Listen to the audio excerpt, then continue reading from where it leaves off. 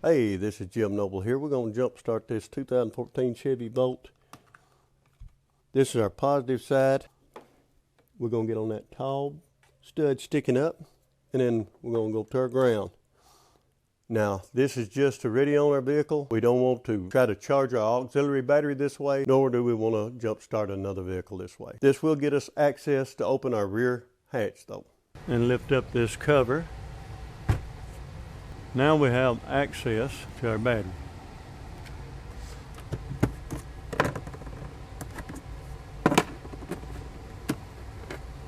Now if I was going to attempt to recharge this battery, this is where I would do it from. I would definitely not do it from the front because the battery can pull several amps under recharge. Now if I wanted to make sure my system is charging, I can get a voltmeter now and just put it on a 20 volt scale, ready on the vehicle, and see what our voltage is. First thing I'm going to do is I'm going to get a voltmeter and we'll see what the battery actually showing at rest. Now we're going to take our meter and put it on 20 volt DC and we'll see what it actually shows, 12.5 volts.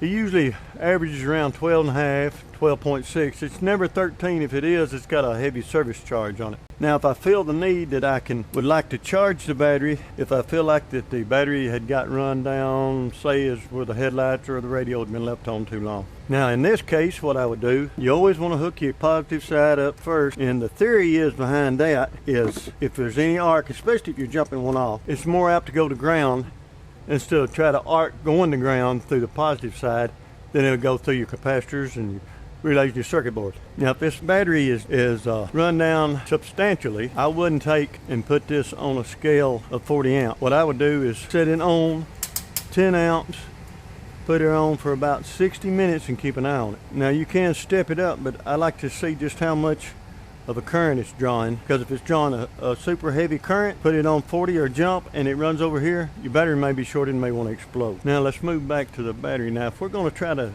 charge this battery, if we want to see that our system is working, what we'll do is we'll take and ready on.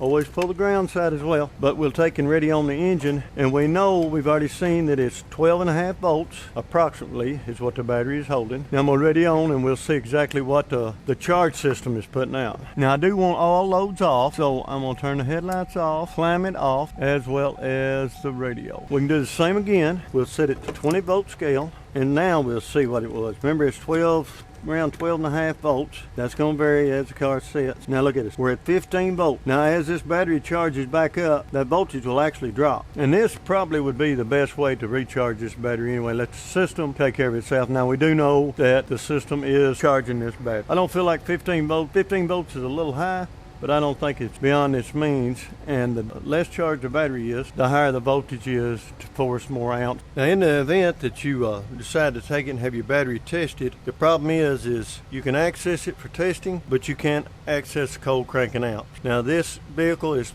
rated at 600 cold cranking amp battery, so if they're going to test it, you should not have no problem testing it at 600 cold cranking amp. Now this battery that's installed that I installed in this vehicle is 650, but 600 is more than reliable for the test. Now you're going to also remember that you're going to have, if you've been out shopping, you're going to need access to this panel in order for them to test it. Now if you decide to replace the battery yourself, it's not much more difficult than doing one under the hood. If you've already had some experience, you won't have no problem. Now we got 4 studs at each corner with 4 number 10 nuts on it. You remove them number 10 nuts, you remove your pump, then you can, and you'll be able to lift this up.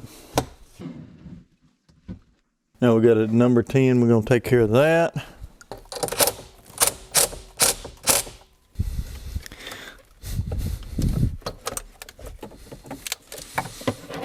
Place that out of the way. Now we got a clip right there. That'll take care of that. And what you're disconnecting, all this is in one setup. You see there's fuses there. But that's never mind, because we want to take this off. You don't want to take loose them other ones.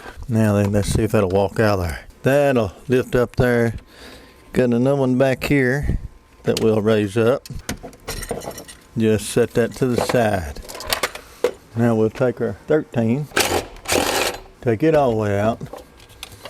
Now we should be able to lift this off. You'll notice that's going to hook around the bottom support.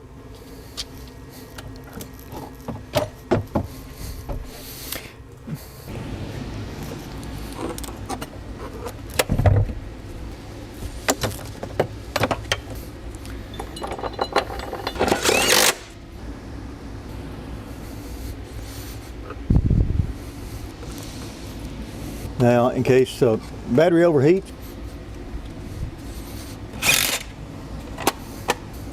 now that concludes the video.